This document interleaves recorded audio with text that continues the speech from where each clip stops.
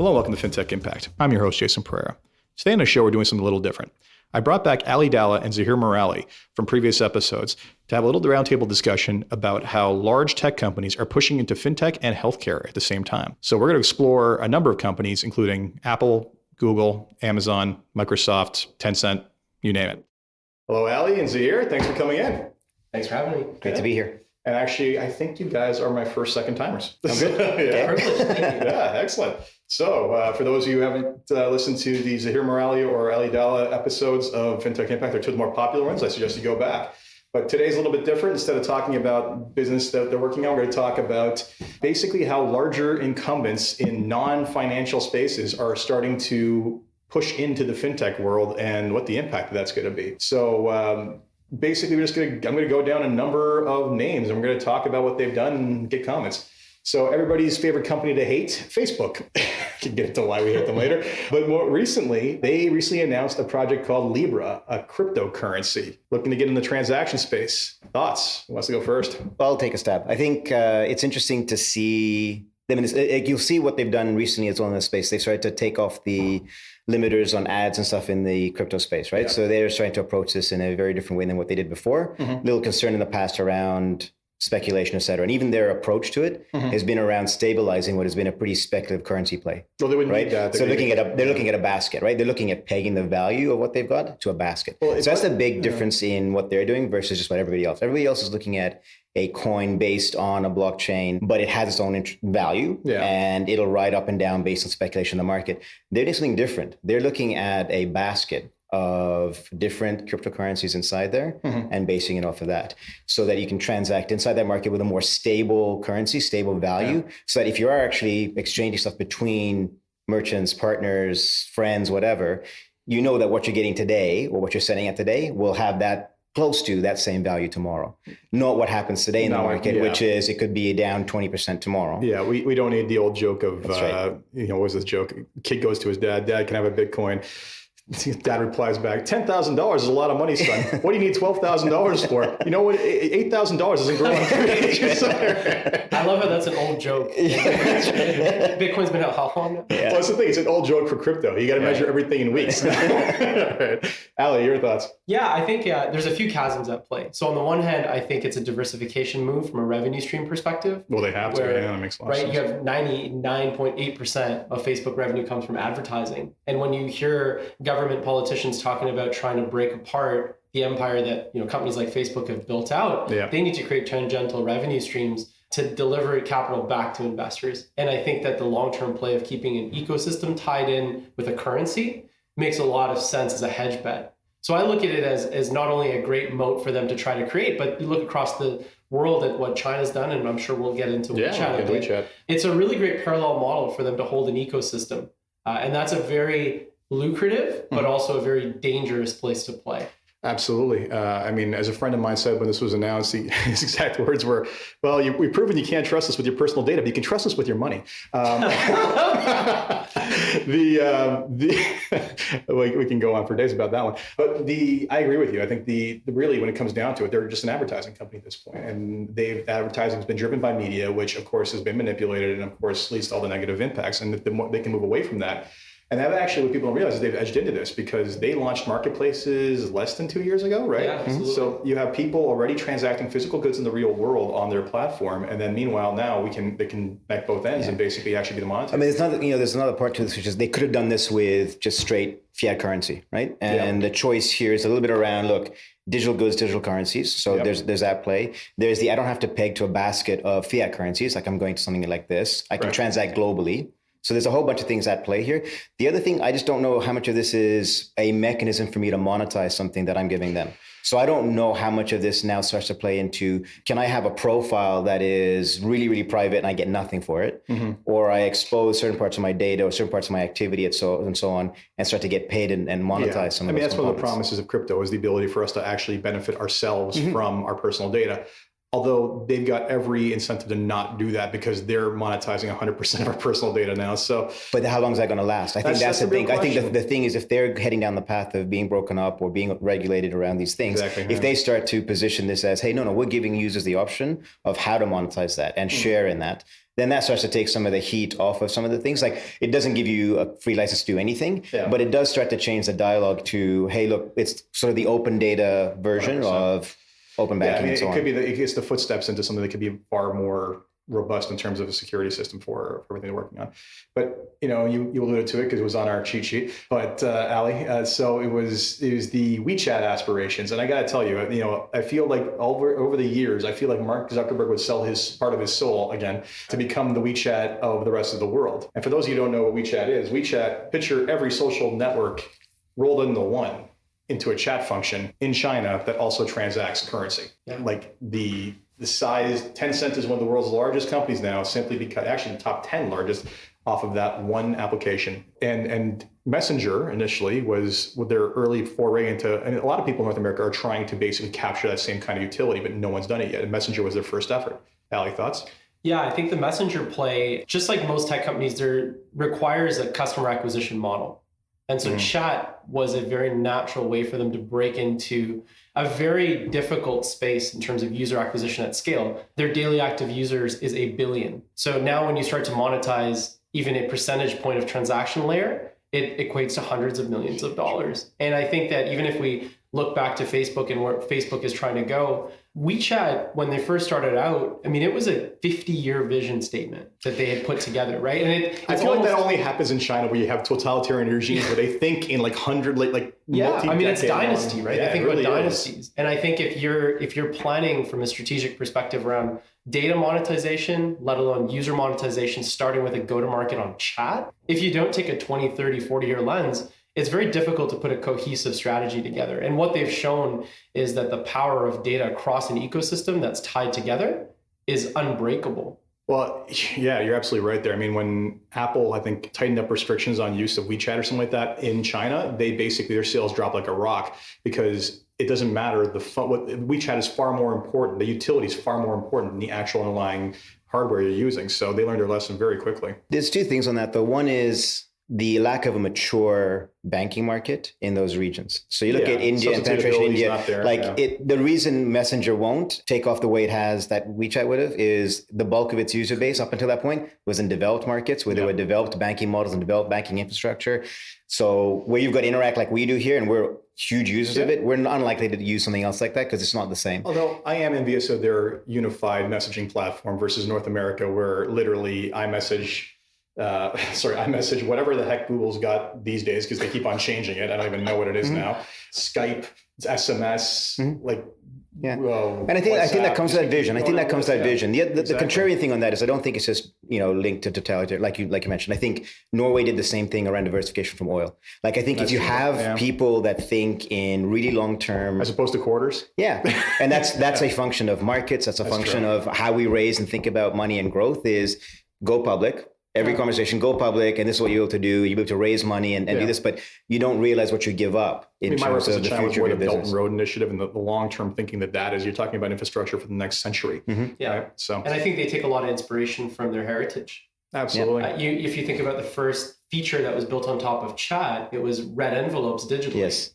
That really powered their growth. Yeah. And I think it was in their first pilot experiment, 20 million red envelopes were sent off of their first 100 million users. And so they had a 20% conversion on a feature that ended up becoming the catalyst for all of the ecosystem development underneath that, because they're like, holy crap, we can actually move money across this ecosystem, monetize off of it. What else can we layer on? Yeah. And then it became, I think, this really great. You gotta renew your driver's license on it. Like, it's just, we keep trying to get people to do new things instead of taking what are existing cultural norms and digitizing those things. We keep trying to find a new way to do something, use a new platform. And that, from a user customer acquisition standpoint, it's acquisition and behavior. Yeah. So I've got to get enough people on it and then enough people using it, something new entirely, to actually make this work. A lot of inertia. And I think what they did brilliantly was giving the consumer something that they trusted from a brand and messaging perspective. It's like, how could WeChat do me wrong if I'm doing a tradition? Well, yeah, so it automatically built trust. It was very brilliant. It was it's a cultural paradigm that just got transferred to the digital ecosystem.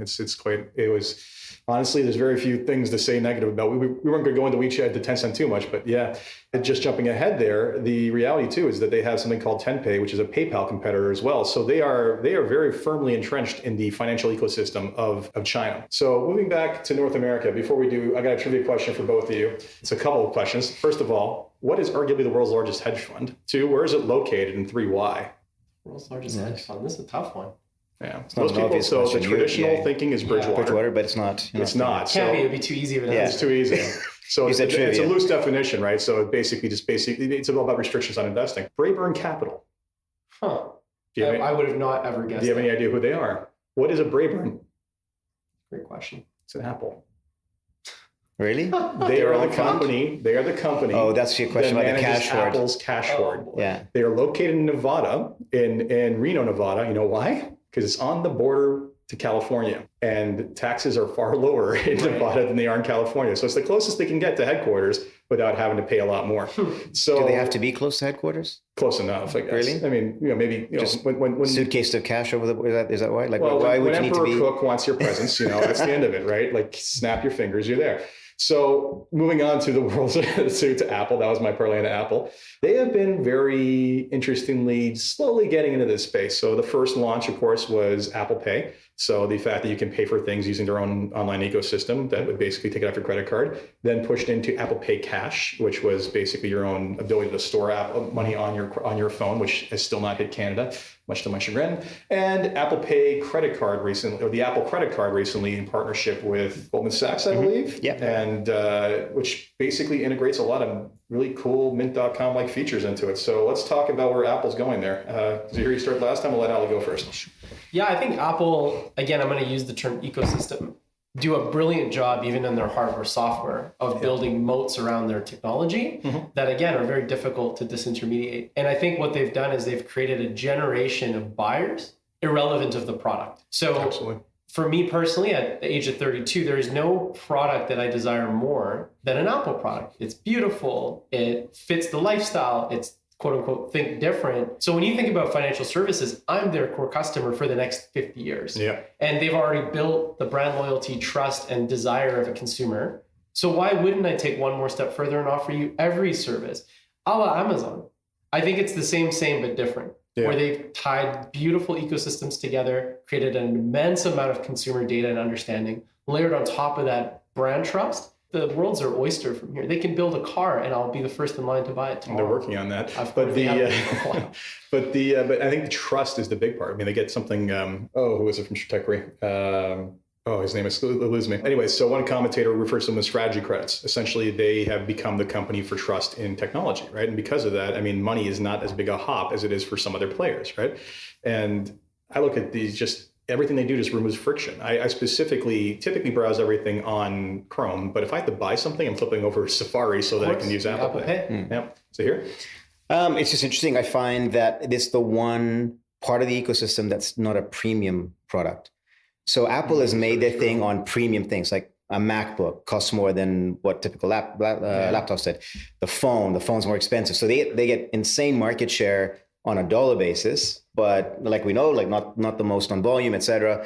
We've seen that. It's interesting that they've got this one, which is again, sort of the utility play. It's not a premium thing. They're not going to be charging more for it. In fact, they're slashing fees and doing all kinds of things. So there's got to be more to this than what we're seeing in terms of just that utility component. So what else are they going to be on? Because it's not going to be just the Mint thing. Like I think all of us have tried Mint, we've done stuff with that. That's not what the secret thing is here. It's interesting because it's a very clever. As I said, they're terminating their way into this. Like they're slowly taking little steps, and you wonder what is in that 10-year horizon for them on the financial. It could be around powering retail. So there's interesting kind of things of if you've got people using these cards and you've got more of them, like how does that drive retail consumption, retail partners, maybe retail partners pay for this. Yep. I don't know where this thing goes from here other than if you've got out of everyone in the room, like 5 and 100 or whatever have their iPhone, 10 and 100, like I don't know what the number is, but it's not much more than that have an iPhone. So they're the ones using this card if everyone gets one. It's not like the whole world's going to go out and buy the whole Apple ecosystem to have access to this thing. So what are you going to do with 5 or 10 people and data on 5 or 10 people when everyone's got access to the other 80 or 90. So and then that's the piece that I'm struggling with on this. I like it from a personal standpoint, like Ali does. I want the product, but I'm struggling with, where's the next leg on this one for them? This is a foray, like a little stake in the ground into more financial services. They're going to broaden and expand that pool. And that's the idea. Or where do they take it from here? I don't know if I've got a very simple use case that I think could be an interesting retail hybrid. So for example, I've got an iPhone. I'm a 19, 20-year-old consumer that has no credit, right? So I'm going through my first experience. And I've now started to build a credit score with an Apple, because they understand what I browse. They understand where I shop. They now understand basically where I'm at, what my conversations are like, what type of language I use, all of a sudden creating a new type of risk profile. And now when I want to move up market to buy that $3,000 laptop, they're very easily willing to can give me some sort of credit line, because they already understand me as a consumer. They want to lock me into the ecosystem for the next 10 years as a buyer. And so I think this, to your point, is a great way for them to move down market and actually spread a little bit wider to create a funnel up market for potentially hardware. And that becomes a really interesting, challenger bank mentality almost. True. And when you think about the size of the cash hoard, you start thinking about both transactions and interest on a fractional reserve amount. Like, I mean, I don't know what the cash hoard's at now. It's enough to buy entire countries. But now, you hold back even 10 points of that. And for those of you who don't know what fractional reserve banking is, it's you hold on to 10, you lend out 90. People are going to give you some of that back. You then hold on to 10 of that and end up 90. And next thing you know, you have 10 times the amount of money lent out and you're taking a slice off all of it. I mean, it just staggers the mind. I think the big holdback for them is regulation. I mean, they're not keen on, I don't think anyone's keen on starting a bank in any country, but if they can piggyback with partnerships like they did off the credit card. But this is a classic kind of competition kind of piece, right? So you work with a partner to do this. So 100%. Bell and TELUS here on towers. Toyota and was it Honda on certain powertrain kind of components. So you're seeing that now, and you'll see this here. And they're direct competitors now in this space. So Amazon and Google and Apple are all competitors with the banks in this space. It's just a matter of time before we start to see banks become the utility provider underlying all these things. There'll be some banks that still have brands that resonate and matter. But the play for most of these guys in banking today, whether it's in Canada, there is infrastructure. Can you be the utility that provides this? Can you be the utility on wealth management, the one on banking that provides products, a broad range of niche providers who want to own and run a brand that provides financial services, but without all the headache of the capital requirements, the regulatory and everything else. It's interesting. We've talked about that on the show before about the Copernican revolution in banking. And it's kind of similar to, say, the business model that Virgin's been espousing for God knows how long, right? They go and slap their brand over whatever else's product or everybody else's company. Like how many countries do they have cell phone service in? Do they actually own a single tower? No, right? So, I think it's the beginning of a trend where we're going to start to see more of that kind of like unique value proposition around individual needs and individual desires marketed to them with, like you said, as someone else's infrastructure. And not super highly regulated for them as well, right? So even their plane business, like it's leased planes and stuff like that. So you're not owning a lot of infrastructure, not putting a lot of capital against that. Regulatory is the big one now. So the hurdle, the cost of doing that is far greater than probably the capital you need to put up. For some of these ones, no one wants to be in that space. It's going to be, but it's going to be a lot to build, but man, it's going to be a big play for somebody. So moving on to next big player, Google. So Google and their side, they really have been a little bit slow on the fintech side, in my opinion. They did put into place Google Pay actually before Apple Pay was there. I can't remember what they called it then. But they also specifically, Google Ventures has come out saying they are specifically looking at fintech startups as on the whole right now. And in Alphabet, there's yet to be a full letter that means anything to do with fintech. I'm just waiting for that day. So Zaheer, you're up. I don't know. I think they probably struggle with some of the same things that Facebook does around data and usage and cost. They've been able to dodge been able to dodge this for a while because Facebook has been so prominent. It's been the lightning rod for all of it. But I think a lot of people feel the same way around Google. I think the trusted names around financial services are the PayPals of the world. Like if you look at where people actually put that trust, it's PayPal well before things like Google and things like that. So it's interesting to see them now start to go into this space. They have looked at payments. I'm just not sure some of these markets are as big or as easily accessible for them as they would like at this stage. Payments is the space right now that they're all playing in because it's the most accessible. It's the one that drives most closely to the businesses they currently have. It's the easiest one to approach. But the other ones outside of that, so lending for them. So that's a really tough space. I think Facebook did some stuff around lending and origination. Not as big as they would like. Wealth management is still very difficult. That's an advisor-driven space still. So I think that's a challenge for them. Anywhere that they don't see a near-term ability to disintermediate human kind of exchange, et cetera, is a tough space. I agree with you. It's core to their DNA that they're basically like get people out of the way of everything. Yeah, right? That last mile. So if I can get down to that last mile and displace that, then I'm really into that market because it's a really quick switch. It's funny you say that because they've had a really hard time crossing the last mile when they've tried. Like even with Google Fiber has been a complete fiasco, right? Like they were like, oh, if we can just get high-speed internet to everybody's house at a reasonable cost, yet meanwhile, they've done a fraction of what they hoped they would. Ali? Yeah, I think the construct of corporate labs, whether they're innovation or acceleration, are really 2 or 3-fold. So on the one hand, for the startup, it gives you a unique set of skills and access that you never would have otherwise. So for example, in the Google system, you'd get access to, I'm sure, all the cloud infrastructure that they can provide and all of the great brain trust behind their machine learning and their AI teams, which I think is a great benefit for early stage companies who want to work in large corporate accelerators.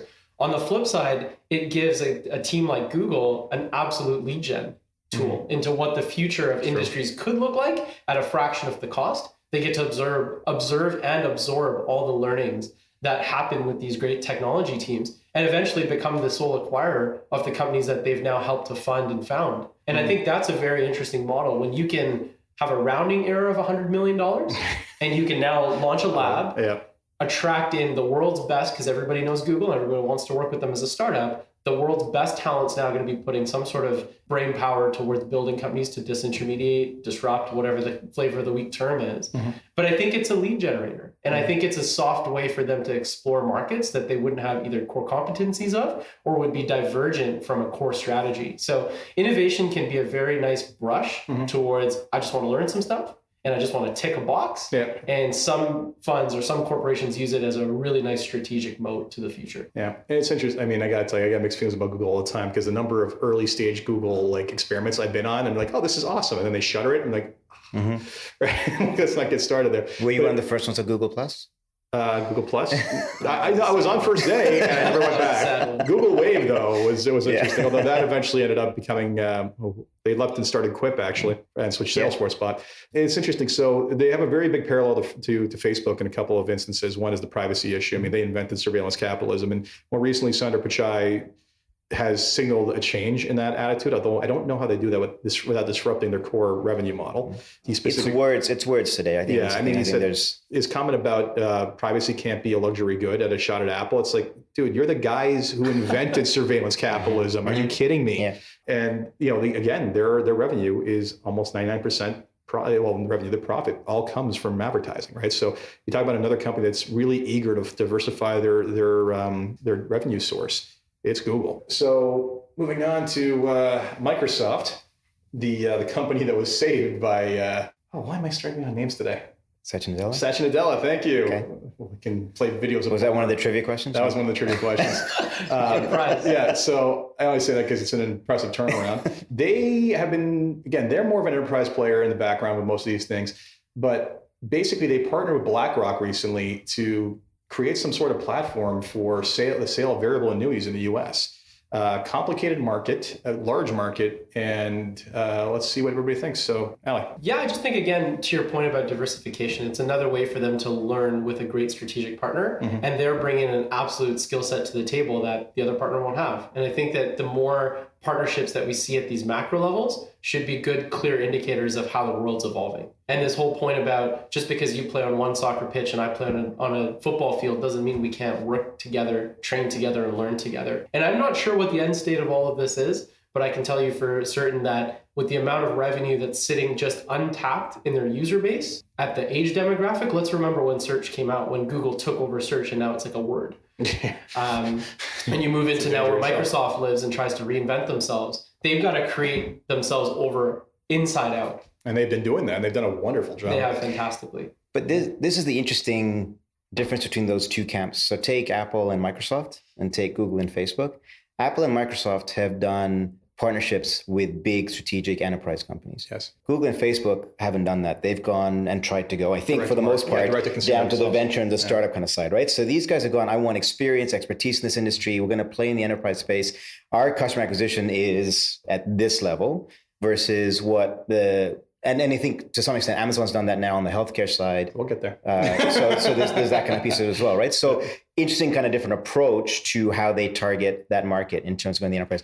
Microsoft's story has been great. Like to want to use a Microsoft product, to actually feel like I'm going to fire up an iPad and go to Outlook on my iPad instead of the native app. It's so different to what I would have thought 5 years ago. I'm still a little bit disappointed that they're still behind like things like Google Sheets in terms of functionality online. Sometimes it's brutal. I'm like, I wonder what's going on there. But I think the flip side of it is everything that you need to do inside an enterprise, Google Sheets kind of, for a lot of people, falls down on a lot of those things. A lot of them. I mean, things like mail merges and stuff like that, it's difficult. I mean, very, very hard to set an enterprise still. For a long time, I still prefer it. But it's, But it's insane that, works on everything, works everywhere, updated. That was a strategy, right? It went from Windows, Balmer, to we don't care where you are, we're going to meet you, which is the way to do it. But I think the contrast, you made a very good point about how those four companies are different in two different camps. But the difference being Apple will always slap their logo first. And, going back to the Steve Jobs and, Canon wanted to have the logo with Apple. Like, no, you can be on the inside. You're not on the outside. The Apple will always be the front end, right? It will always be an Apple branded product. Whereas Microsoft is content to say, hey, BlackRock, you got a huge brand in this space. We're just going to be the background player. I mean, if you look at everything they're doing now, everything's about infrastructure in the background, right? So the Azure platform, I mean, even you're starting to see almost a disaggregation of Office to some degree with what they're trying to accomplish with Teams, right? Just like live in this one tool and it'll do everything. But I mean, this is exactly how they operate for software. They do unbundling, they bundle, they unbundle, they rebundle. Who was it who said that first? I'm not sure, but I know that they've done this for the last 2 decades. And it's worked for them, so why break the mold, right? Yeah. They lock you in. They lock you in as a group. Then they show you the value of working as an individual. Then they pull you back together to a single platform to do all. So. And maybe don't discount the BlackRock Microsoft hookup as anything more than just scale and stuff for Azure, right? Like there's an element of, hey, look, if we do something together there, what more can we do to sell infrastructure rather than I really want to get in the retirement variable annuity space. I don't think that's where they went at this thing. Especially when you're losing the game to Amazon as badly as they are. Yeah. Like Amazon's just on the cloud computing side, absolutely dominant. Oh yeah. Well, they've hit escape velocity. Escape velocity. So it's good luck. But what they've done, what Azure's done, what Microsoft's done in the last while has been pretty impressive for someone to come back from where they were. Because I don't think there was anyone saying that everyone was sticking a fork in them. That was would we wanted to clock back. If we go back 4 or 5 years ago, we would have all assumed it was AWS first, and it would have been Google second, and then everybody else in behind it. Yeah. And I'm not sure that, I think today we'd look and go, Amazon, yes, clear out winner, Azure second, and Google's then everyone else is duking it out for what comes after this. Agreed. So it was, I was pretty sure it was Mark Andreessen who said the only way to make money is to bundle and unbundle, but I wasn't 100%. I hate misquoting people, so I checked it, and it certainly was. It was Andreessen. I'm always happy to quote him. That makes me sound a lot smarter than I am. He's heavily quoted. Okay, so we already said the other A, so go to Amazon. So Amazon's playing into this. Amazon Cash. You can basically keep cash on hand with Amazon and essentially use that towards purchases. And they did experiments where they basically would give you a discount on purchases if you did that. So because they can't pay interest, but they can give you a discount. And the amount of money on deposit went through the roof. So $10 on 75, right? Yeah, that's what it was. So. Exactly. And they're the first of these. Well, I wouldn't say the first. Google's done some of this, but not in the actual direct-to-consumer space or anything close to it. But of course, they partnered with Berkshire Hathaway and JP Morgan to figure out how to fix U.S. healthcare. Rightly so, because if they don't, everybody's healthcare costs are going to go crazy. So let's talk about both those. I think you started last, Ali, so see here. So let's start with the cash kind of piece. So who do you trust to hold your money? I mean, out of those, so Amazon, do you trust Amazon to hold your money? More than I trust Google. And I would argue a lot more than I trust Facebook. I think so. It's kind of interesting, right? They would have that. I think it's just a nice way to give access to people who may not have access to credit and things like that. And so maybe what Apple's doing in that sense, which is broadening that market of people that will buy from them because they don't have a credit card or can't access a credit card. So it's a great way to tap into some people that otherwise wouldn't shop there. Beyond that, it's not going to be a great source of income and stuff for them sitting on the card. Like, it's nice. I don't think it's going to really change things dramatically for them. It's an interesting experiment. Like, it was, the fact that we can't pay interest, but if we can give people like 5% off or something, will they actually give us more money? And the answer was yes. And it was like, that's kind of. Yeah. And I mean, it's a sizable number. Like, no one can really compete with that number on an interest basis. But if you combine all the stuff that they're doing, like if the price is slightly higher for you, right? If you don't qualify for certain parts of shipping, you can't use it for Prime. Like, there's a couple of things in there. It actually reminds me of there's been creative ways to get around banking restrictions all throughout history, and it actually reminds me of how how the Christians got around the laws in the Bible against usury. So I'm not sure if you're familiar with this, but you're under the Bible and under most holy books, you can't pay interest, right? The Muslims still listen to this who are following Sharia law, but the way they got around it, it was essentially they would lend at a discount. So essentially, okay, you're going to buy this $100 certificate, but you're going to pay 99 for it, right? So essentially the difference, the spread was how you made your quote unquote interest, but because there was an interest rate attached to it, it wasn't usury. Yeah. So same basic principle. They're discounting in order to basically create the same. Yeah, here's your $75 thing and you're getting it for 65. Yeah, exactly. Yeah. Right. If I had to guess, there is a secret mathematical equation for repeat buyer behavior. I'm sure that they've cracked it. And I'm very, very curious to know what that is. Because of one thing is very clear is once I do something enough times and see value from it, I will always do it that way. And I think that for them, this is very similar to what PayPal did, where it was like, hey, send this link to a friend and they'll get $10. Yeah. And they basically bought consumers at $10 an acquisition. Venmo's done the same thing. I mean, everybody's... This model's been worked really well in the past. So it's another way, I think, again, for them to lock you into behavior creation, incenting you to do so. Absolutely. And then creating behind that the first step of financial services. I was going to say, like, you wanting to know that secret formula so you can stop being a victim of it? Yeah. No, I'm very happy being a victim of it. And my wife is the ultimate victim of it. Yeah. We won't get into that. And the new growth strategy for the business. No, but I think like if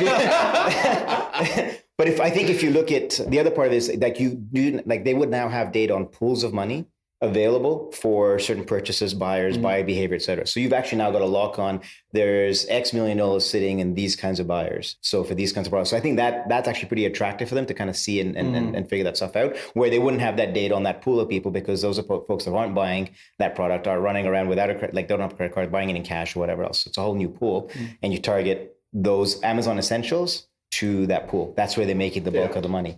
So it's a great profit play for them. Another great go-to-market first step on their own crypto model. Yeah. Where they're just going to consolidate, turn it into Amazon dollars. Yeah. You can now take those quote unquote credits because they can now parlay $100 of USD or Canadian into whatever amount of Amazon currency they so feel because they control the currency value. So you could see a really nice snowball effect of how they could parlay this over time. It's kind of like Canadian Tire dollars on a digital. Right? We were ahead of our for those of you not in Canada, you're never going to get that reference.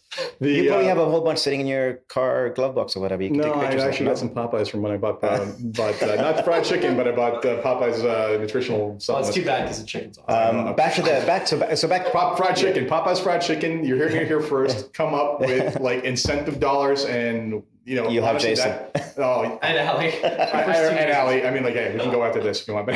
So that was the first of 2 episodes with Ali Dhalla and Zaheer Merali, where we're looking at how large technology companies are impacting fintech. Please join us next week for the second part of this. As always, I'm Jason Pereira, and if you enjoyed this podcast, please leave a review on iTunes, Stitcher, or wherever it is you get your podcasts. Until then, take care.